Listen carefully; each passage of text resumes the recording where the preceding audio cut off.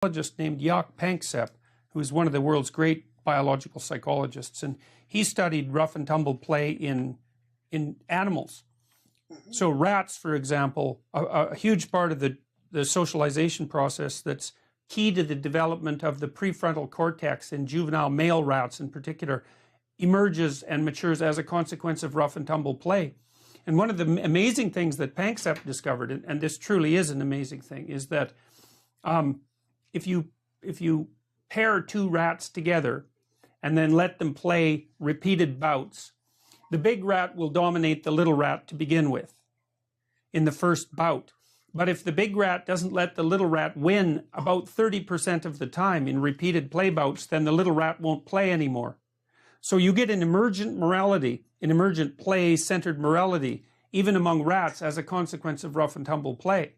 And that rough and tumble, I did a fair bit of research on rough and tumble play about, it's probably 20 years ago now, 15 years ago anyways. And it's really quite clear that rough and tumble play helps children parameterize their bodies so that they know how they extend and also what limits there is in the use of physical interactions with another person, what's fun, what's provocative, what's pushing it too far, what's painful. And of course, kids love rough and tumble play as well.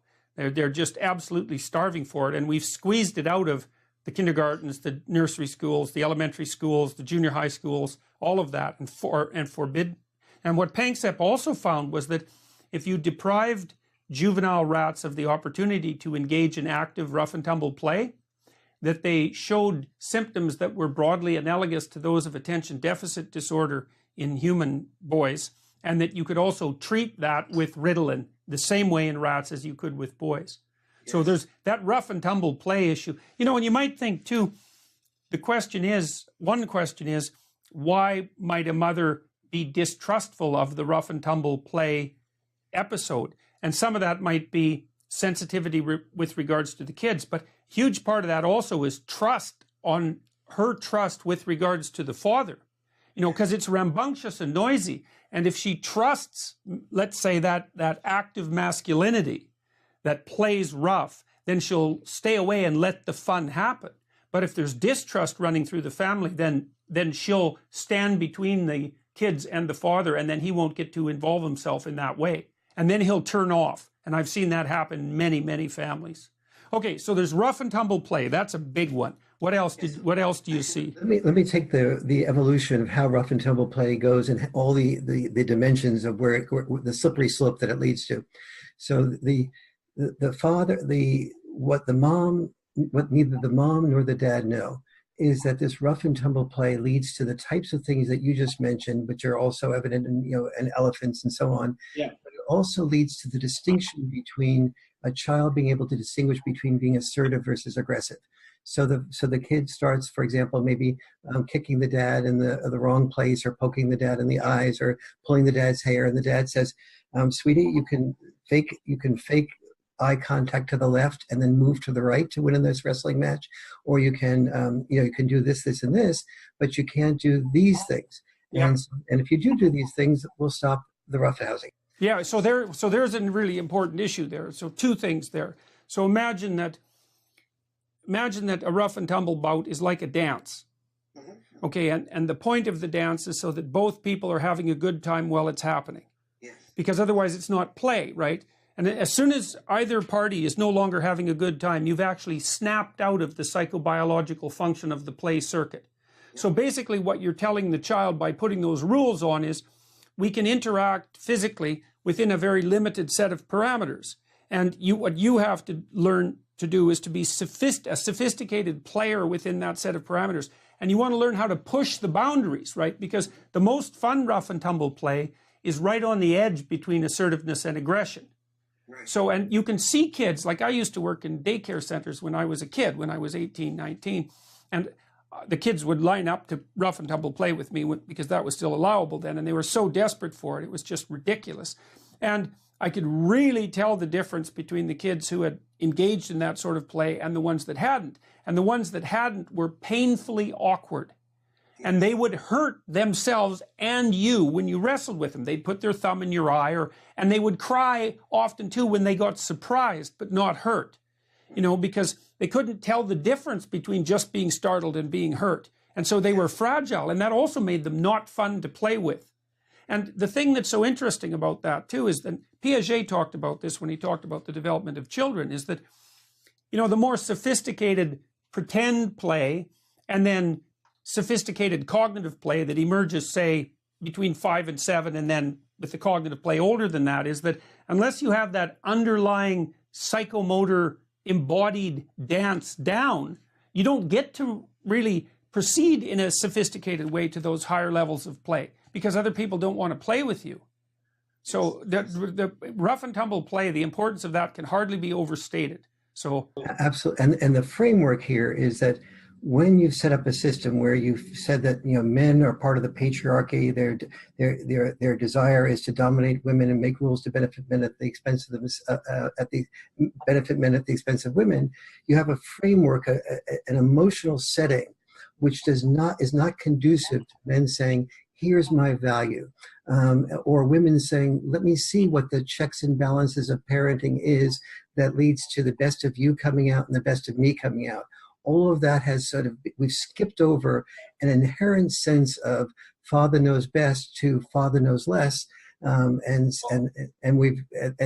so the process that I'll be sharing in a moment of what roughhousing leads to and the slippery slope that happens when it doesn't happen is what has not even been nurtured as a possibility to be articulated in this culture at this time. I also think too, that if you have a partner who hasn't been played with, then that partner can't tell the difference between boisterous rambunctiousness and aggression. And if there's a hypothesis about domination and the patriarchy running its course underneath that, then there's going to be conceptual confusion about the physical interactions that have the appearance of submission and dominance, because that's part of the roughhousing play routine. That is going to be viewed through a lens of tyrannical interaction rather than just good fun. And I mean, you can tell the difference, because if the kids are rough and tumble playing, they're unbelievably enthusiastic about it and engaged and laughing and giggling, and they'll play right to the point of exhaustion because they need it so much. But that's a hard thing to observe from the outside if you're not accustomed to that. And if you don't have that framework of men having and dads having a value to begin with, absolutely not. So here's maybe what might be helpful for a mom to understand. That the rough and tumble play, we now know helps children distinguish between being assertive and aggressive, but a number of other things also happen during that play, which is a bond that is created between the father and the child. And in almost in doing expert witness work to help children have both parents after divorce, I've observed more than 50 families, and usually the father interacting with the children. And in almost every case actually I believe that I have seen, there's this bond is used by the father to say things like, okay, we're no more roughhousing now. Tell you what, you get your homework done, you get your chores done, you get all ready for bed, brush teeth brush well, and the bedtime is 9 o'clock. Whenever you get all that done, we'll have between the time you get it done and the time of 9 o'clock in order for you to have some more fun, either with roughhousing or reading your favorite story, or whatever you prefer. It's your choice. Well, with Panksepp's work too, he found that the rats will work to enter a play arena. Because play, you think play is so Panksepp established very, very clearly that there is a primary play circuit in mammals. It's a separate psychobiological circuit. It's not exploration. It's a whole different motivational drive. But activity in that circuit is intrinsically pleasurable. And part of that appears to be because it's so key to proper socialization that it's regarded by children and by social mammals as intrinsically valuable. And so it makes perfect sense that can be used as a source of primary reward. And I think your comments about the man and the kids binding themselves together through play is also really important, because one of the things that I do with young men who, I think young men tend to be somewhat alienated from infants who are under about 9 months old, because they're not really equipped to know what the hell to do with them. I mean, they can learn and they can be good at it, but it's not their domain of natural expertise. But once a kid hits about 9 months and starts to be able to imitate and to pound and to play and to respond to gentle teasing, like that's a perfect time for the father to swoop in, which is very helpful for a mother, by the way, who wants to have another child, and to start really cementing a relationship that's based on that interesting combination of high energy fun plus the disciplined interactions that are necessary as a precursor to that. And if you interfere with that, then you stop the father from being able to form that, from liking his kids, really, because that's how the liking comes about, is through play. And so it's crucial. It's of crucial significance. Absolutely, and thank you. The additional framework that you're placing on this is really deepening my own understanding of it as well. Yeah, well, there's a book called Affective Neuroscience written by Jaak Panksepp. It's on my reading list on my website, and I would highly recommend that, because he lays out the findings from the animal literature on the primary play circuit. It's really, he should have won a Nobel Prize for it. I mean, discovering an entirely new motivational system in the brain is a major, major contribution. And to also, the other thing that he did that was so cool, and it sort of reminded me of Jean Piaget's work a little bit, is he made a very strong case that out of play emerges an ethic. And, that's why I was so interested when you mentioned that interactions with father actually increase empathy. Because, if someone has empathy for you, that means that, that can lead to a certain kind of narcissism, right? Because you're always the center of attention. You're not empathic unless you learn that you're not any more important than the next person, particularly the person that you happen to be playing with. So, okay, so let's continue with what fathers are doing. In that roughhousing, yeah. One of the things you've been talking about. Yeah. So in that roughhousing, what happens is that the bond that is created by the dad allows the dad to say, you've got, we'll continue the roughhousing if you get, between 8:30 and 9, if you have everything done. But so the child learns to postpone gratification from doing what it loves to do right then and there, that is be roughhoused with, and deal with what it has to deal with before it gets more of what it needs. And so, but the bond. So that's interesting. So you actually think, and I wonder if there's been any. See, we don't know much about the origin of the trait conscientiousness, which is at least in part the ability to delay gratification. And it is, after intelligence, it's the best predictor of long-term life success, especially in managerial and administrative jobs, in algorithmic jobs. It's not associated with creativity, but that's a side issue. So your hypothesis is that the primary way men are socializing that is by using work to play as a bridge. Yes, that play creates a bond. So a lot of the problem is when moms often say, you have to do this, you have to do that, you have to do this, you have to do that. The mother is often experienced by the child as sort of the disciplinarian who's always making him or her do things. And there's a seeds of rebellion start to occur of sort of like, how much am I going to be myself? How much am I going to do what mom does? Do I want to be a mama's boy? Or it doesn't even happen consciously, but you just sort of feel like you're being pushed down by all the rules. But with dad, the bond that is, or moms who roughhouse with the children, a bond is created. And from that, and you want to return to that connection. So it's like a child going on a roller coaster where there's an enormous amount of safety, but you also excitement, but also an enormous amount of safety. And so you trust the dad to combine that both, and you want to return to that. So you're willing to focus on getting done what you need to do, your homework, your chores, your brush your teeth or whatever, in order to get what you want to do, which is of postponed gratification. But now let's take the slippery slope when this doesn't happen. So okay, so let me just add one more thing to that. Well, the thing that's so cool about that is that you've also provided a really intelligent piece of parenting advice for fathers. It's like, because so let's say B.F. Skinner, who was the famous animal behaviorist, demonstrated quite clearly that you could train animals with reward more effectively than with threat or punishment. Now, threat or punishment is necessary. Obviously, we wouldn't have biological systems subserving those emotions if they weren't necessary. But reward is harder to use because you have to be much more attentive and intervene when something good happens. And so you really have to be watching. But your hypothesis here is, look, fathers, spend a bunch of time playing with your kids and having as much fun as you can with them, because by formulating that bond, you can use that as the source of reward that will be appreciated by the child with regards to disciplinary strategies. So it's a twofold victory. One is it's fun and you get to like your kids and have a good time with them. But the second is you have a very positive means of disciplining them in the best sense, encouraging them and disciplining them. So that's a really useful thing to know practically. So deepening the trust of the kids, like you're playing and you're right on the edge that you were talking about, but there's dad to make sure that the fun doesn't get too hard for you, for him, for your sister, and so on. And so that's all happening at the same time. Now, when the right, and that's embodied. You can see that two ways. That's embodied trust. So if you toss a little kid up in the air and catch them, I mean, it's very exciting to them, both being tossed up because of the threat, but then the relief that occurs because of the safety that's put in there. So it's not abstract, it's really demonstrated. And then absolutely, our dad tossing that child up and then in fact missing the child, quote unquote, and the child lands on the bed. And it gets enormous, like, oh, I was missed, so you were going to catch me, but also recognize. Yes, well, that shows that things can happen that aren't entirely what you predict, but within the confines of a trusting relationship, that's still okay.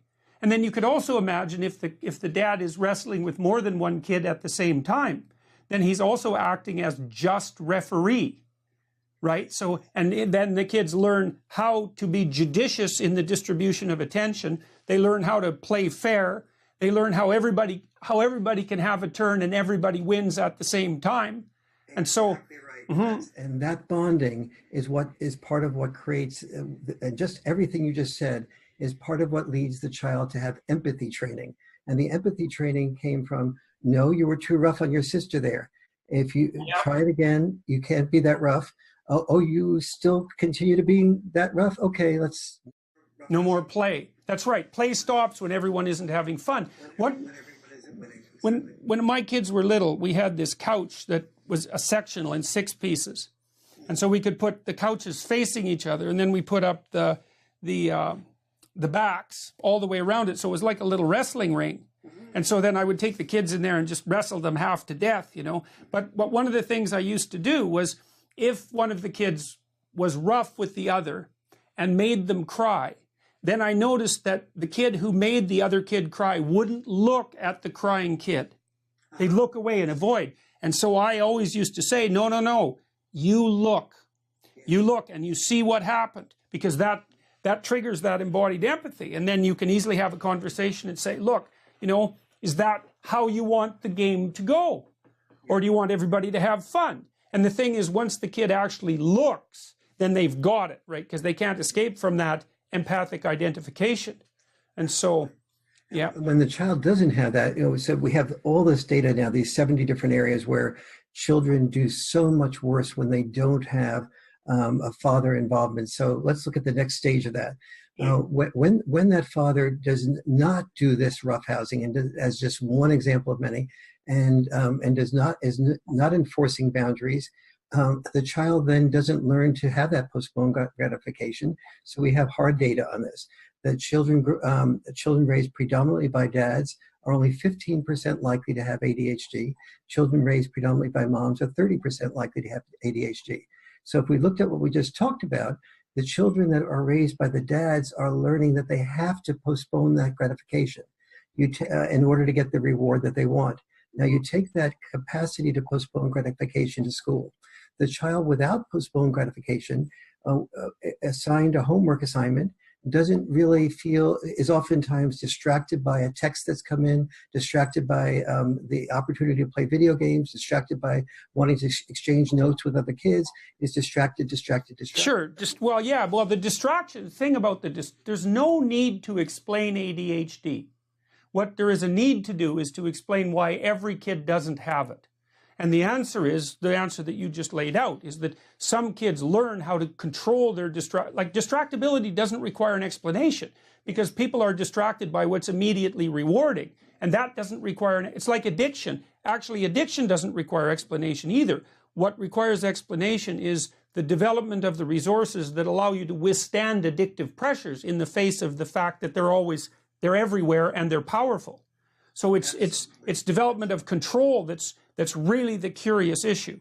And I've never heard anyone make this connection between the use of play as a reward and that delay of gratification. That's a very, very interesting idea. That's very interesting. And then let me take it another step further, if I may.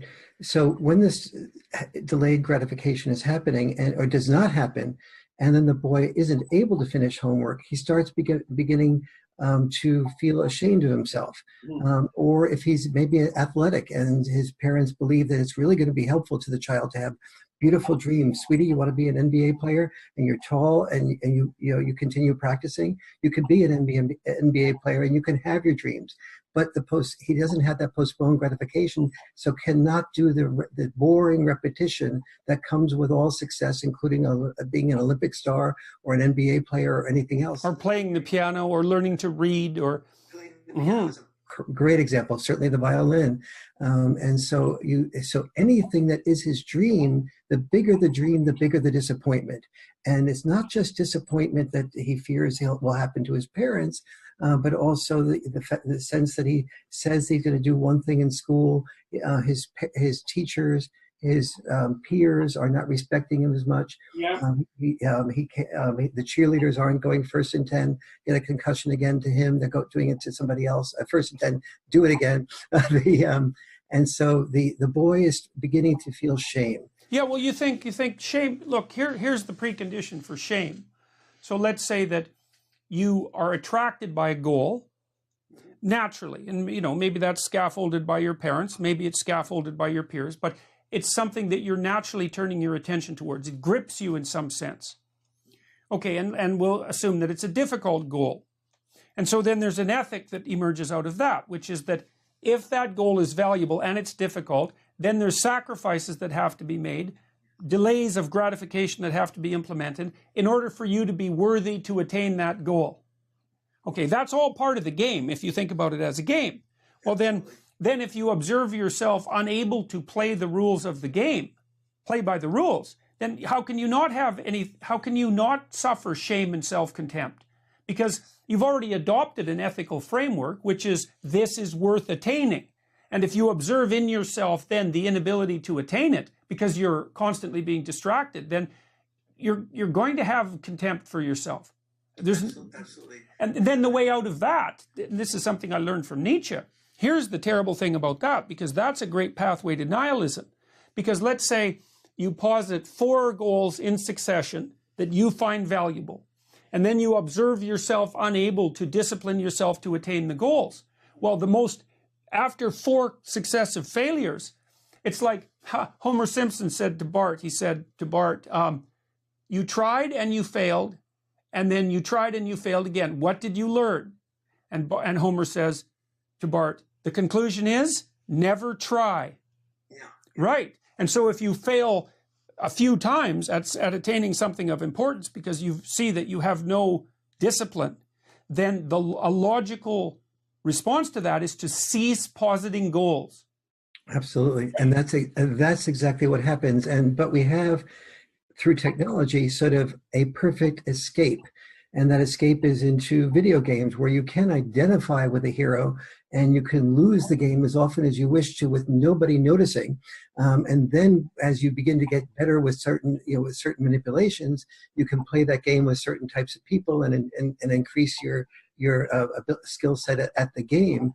But you're never able to translate that into everyday life and so you start becoming addicted to that game, which are designed to increase your dopamine without having to actually achieve anything. Well, the thing about the games that's different, like the video games, what's different, so a game for a little kid has to be immediately rewarding. That's why rough and tumble play works, for example. It has to be immediately rewarding. And then the game shades into real life. But as the game shades into real life, what happens is the rewards are deferred.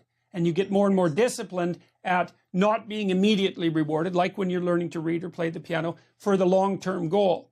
The thing about video games is that they do require the development of skill, but the immediate reward is built in along with the delayed reward, because otherwise the game wouldn't be fun for someone who's learning. And so the problem is that a lot of real-life games aren't necessarily fun while you're learning them, because you have to attain a certain level of mastery, and that requires discipline. that's also what's wrong with the idea that children can just learn in keeping with what they're spontaneously interested in. It's like there's some truth in that, because why not follow a child's interests? But the problem is that many highly skilled endeavors, virtually any endeavor that's going to be of economic or productive utility, requires a apprenticeship where there's a lot of grinding. There's a lot of just disciplinary or disciplined repetition.